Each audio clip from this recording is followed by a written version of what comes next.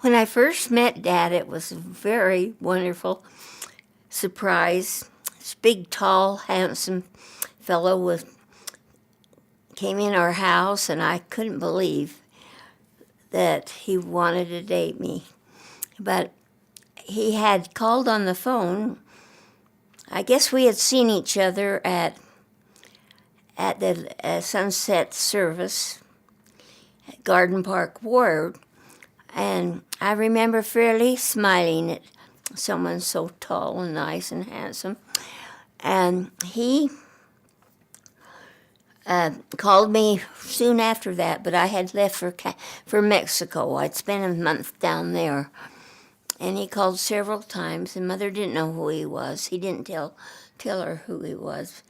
But when he called, he said, well, I got the state president's, he knows me. He was back in Washington with me, and he knows me. This other gentleman in the ward he knew, and I said, oh, I'm not going to call them. Just come on up and we'll meet. So when I opened that door, it was the surprise of my life, and he was been the most important person in my life ever since. And then when Melvin appeared on the doorstep, that was the greatest thing that ever happened to me. And we've had a marvelous life. He's a great, fine man who's honored his priesthood and who loves the gospel. Melvin was a hyperactive child. That was what the pediatrician called him back east. And she was a very good pediatrician, and she said, but they usually are very successful people because they do a lot of things. So that was encouraging. We were hoping that we could find out why Mel didn't grow. And we took him around to different places, Johns Hopkins and NIH and the private doctors. And finally, when we came out here and put him in the children's hospital, they changed the diagnosis on him and found out that he didn't need to be kept in traction anymore like he had back east. And he's been a go-getter all his life. He's got good ideas, and I've appreciated him because he set the right example for the children, the other children in the family. And we had so much fun rock hunting because of Mel and many other things. And he was always reaching for the stars, he didn't believe that he couldn't do anything. He just felt like he could do the world. And we've just enjoyed him. He's a very special person with a very special spirit about him. And I wonder to this day how he's accomplished all he has with his limitations. And he has a wonderful wife, Melissa, who I think Heavenly Father sent to him. But I prayed a lot about Melvin from time to time. Sometimes I prayed all night. And he has let me know that Melvin is a really special, tops person, and that I was privileged to be his mother. Well, Jim was a very, very good baby. He would go to sleep when you wanted him to.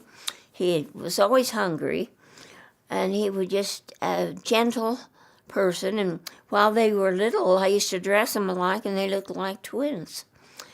Then, of course, Jimmy started growing a lot more, and Melvin didn't grow.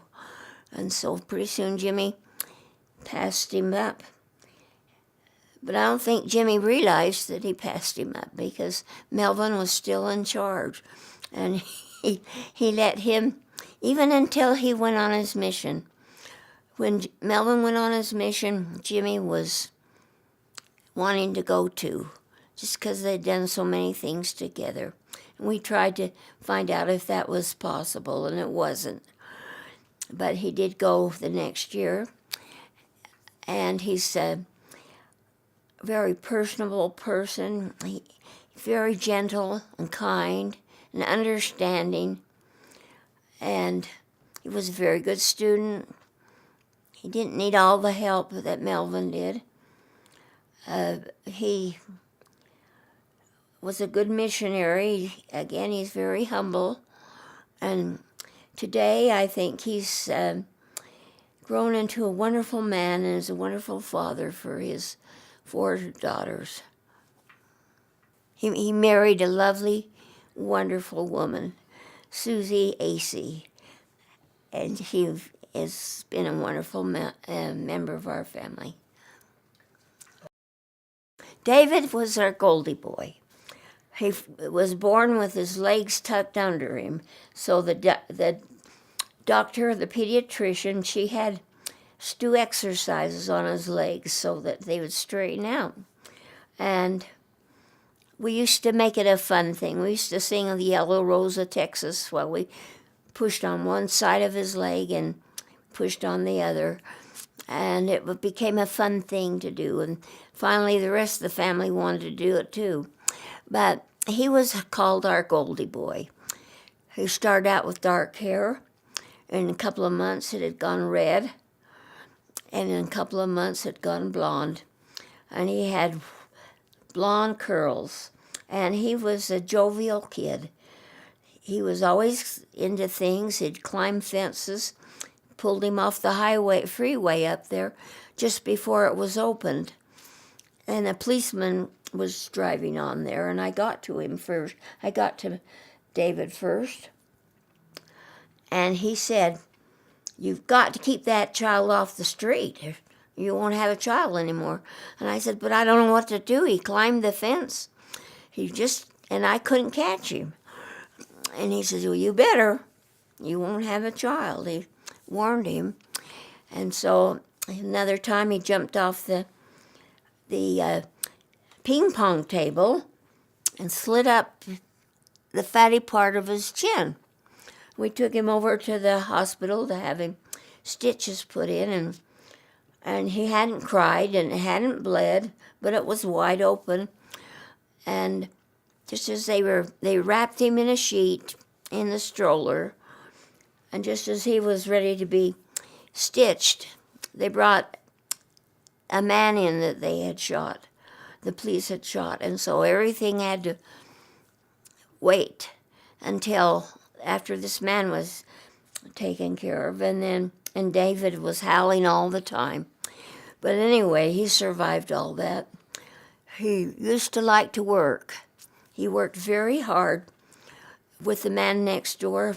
In back of us, Mr. Gray, it was a Scotsman, and he'd take him to work every morning around his yard, and David always liked to work. And then when we moved out to Farmington, he went with Uncle Art and his partner, made the rounds before he would go to kindergarten in the afternoon.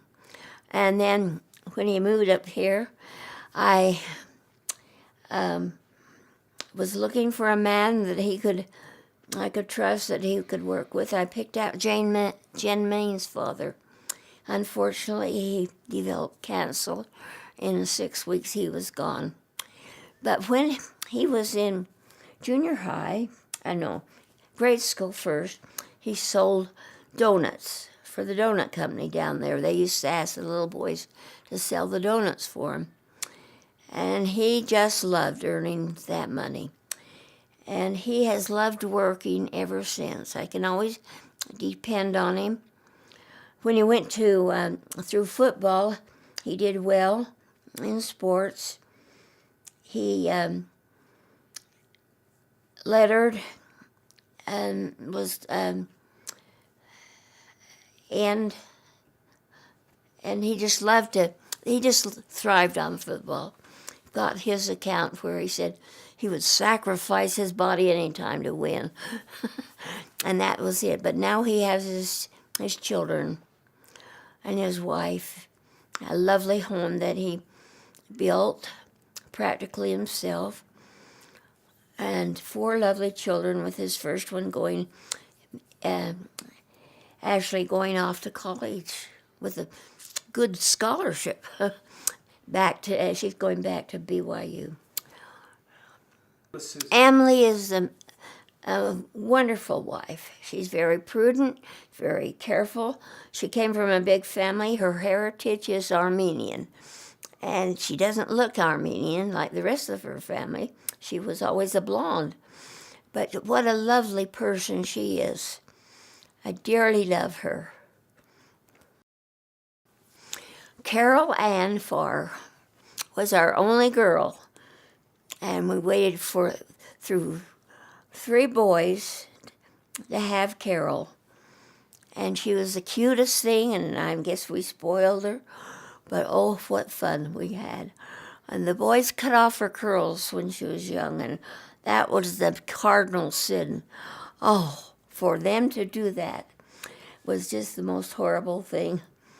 But she grew up to be a lovely girl. She was a very talented ballet dancer, and she was on the pep club at Skyline, was an officer there, and then she became a Lonnie Shea, which meant Little Nest of Eagles, and that was the drill team, and she's very talented. Then she went to BYU and was on the drill team down there, Cougarette. And when she met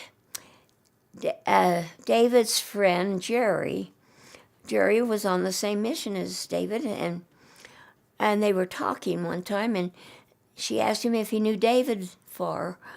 And he said, oh, yes. They were good friends. And David had picked Jerry out to introduce Carol to after his mission, but she already met him. And they have a lovely family. Well, Jerry is a very wonderful person. He is very even-tempered, and he doesn't seem to ever get mad. I imagine he does, like everybody else, but he's very content, and he thinks the world of Carol, and I think she made a very good choice in choosing Jerry. I know he's always treated me with great respect. Now there's Kevin, was the oldest boy, and he's living in our basement right now with his wife while he goes to school, and he's been doing research up at the university, and quite a few of the people up there have said, why don't you go to medical school? So he may apply for that next fall because his grades are top and he's doing really well. Mary Beth, his wife, works hard, and she's a darling girl. John and Angie. John was a very good boy for many years. He just was very handsome. When he was a baby, grandfather Bennett wouldn't let him go. He'd hold him. We lived there for 6 weeks or 3 months, I guess it was, while Melvin was in the hospital. Melvin, our son Melvin. But John was the baby, and grandfather, his life was just like a light was shining at that time if he could play and hold that baby. And Mother said, oh, what a good-looking baby. And ever since, John has had the advantage of dimples, and unfortunately, the teachers at school gave in. They wouldn't discipline him the way when he needed it. He'd smile those dimples at them, and their hearts would melt. And so but he grew up anyway. In spite of that, he went on a mission, and he served the people of El Paso, Texas, and he came home. And Angie, I didn't want him to marry Angie. I just felt like they weren't fit for each other. And that was where the biggest mistake of even thinking that. because Angie is a tremendous girl. She's had a wonderful education. She's raised her family of two girls and 3 boys. 3 boys and 4 girls. Huh? 3 boys, 4 girls. Okay. I forgot the twins. That's his second family. And forgot Winston. But anyway, she is a lovely person. She's very resourceful. She's thorough what she does. She runs a wonderful home for that size family. And we love her so very much. And I always apologize to her for even thinking that she shouldn't marry. I never could have picked out anyone as good as she is for John. Danny was our last, and the only one born in Salt Lake. And he was a go-getter from the first time he was a little guy. He knew who the ladies were in the ward that would give him a cookie. And after school, every night, he'd go to a different house and get one to eat on the way home. And he was always full of ideas. And he's very resourceful today. But as a child, I never knew quite what he was going to do. One time, he came home with these lovely bouquet of tulips. And I said, "Where did you get those?" And his friend, Ari, his friend said, that was with him, said, "Oh, he took the lady's tulips over there." So I marched him right over there. And she said, "Well, you asked if you could take the tulips, and I told you you could not. Why did you take them?" And he said, "To put on my kitten's grave." And she felt bad, and I felt bad. But we knew we'd done the right thing, because he mustn't go pick people's tulips. But he's always had lots of ideas and skills. And he joined the older brothers in basketball. And because he always played basketball with them, he became very good. And he was all-state basketball player, and he was the highest point man in the 4A tournament. And he's always surprised us with his book hit he came out with Dick Van Dyke and many other projects that he's done. And he's been able to provide well for his family. And he has 2 boys and a little girl, Lily, whose birthday is tomorrow. She'll be 3. And it's a lovely family. Stephanie, we first met Stephanie when she came to the ward. The daddy was bishop of the singles ward. And I guess Dan had met her out there, and they had talked, when I say out there, at the community college. And they had talked together, and he talked her into coming. So she did, and they went together 3 years before, and Dan, she thought Dan was her boyfriend, but it took him 3 years to ask her to marry him. And she is a lovely person. I have been so blessed with lovely daughter-in-laws who are very kind and sweet to me, and I love them very much. I think that I've always had a testimony.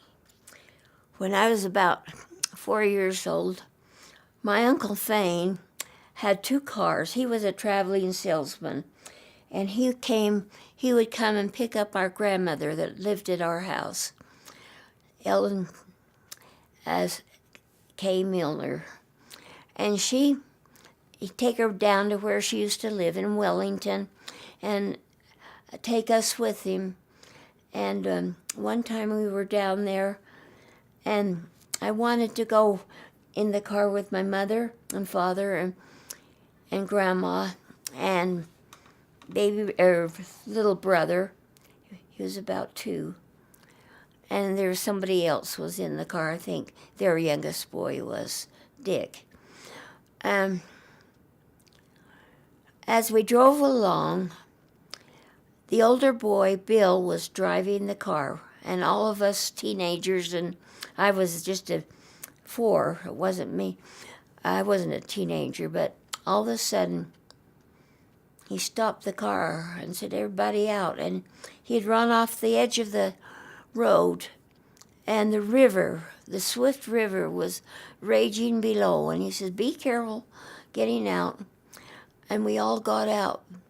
But I remember feeling the feeling I had at that time of wanting to go in with my parents. And I felt that was the first testimony I ever had in my life.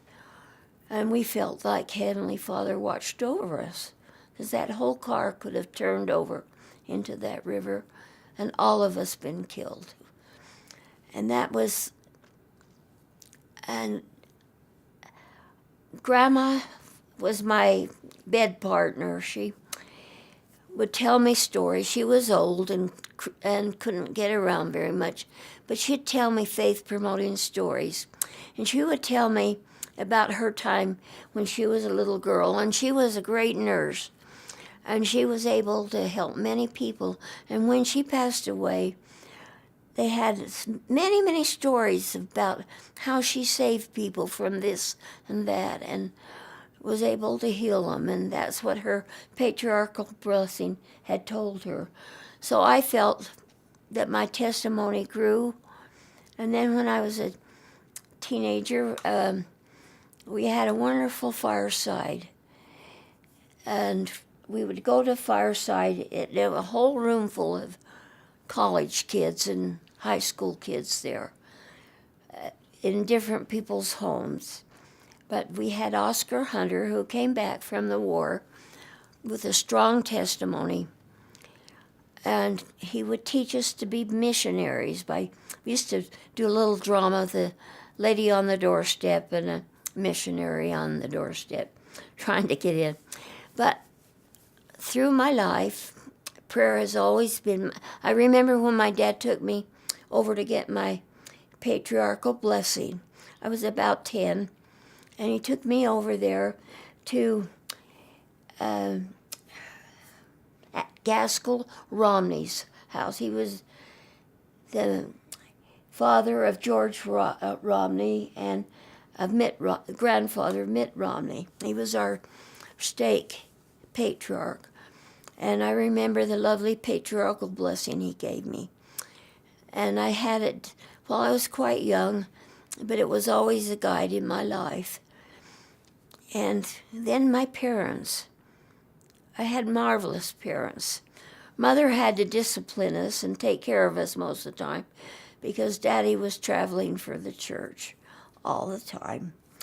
And he had many faith-promoting stories, and there's a lot written about him.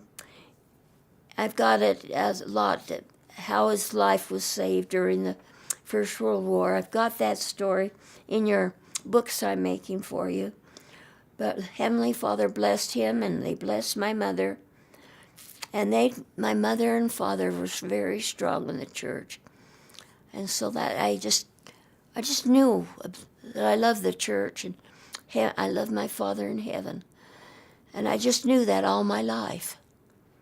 So I think it's a wonderful thing to be able to have that guidance.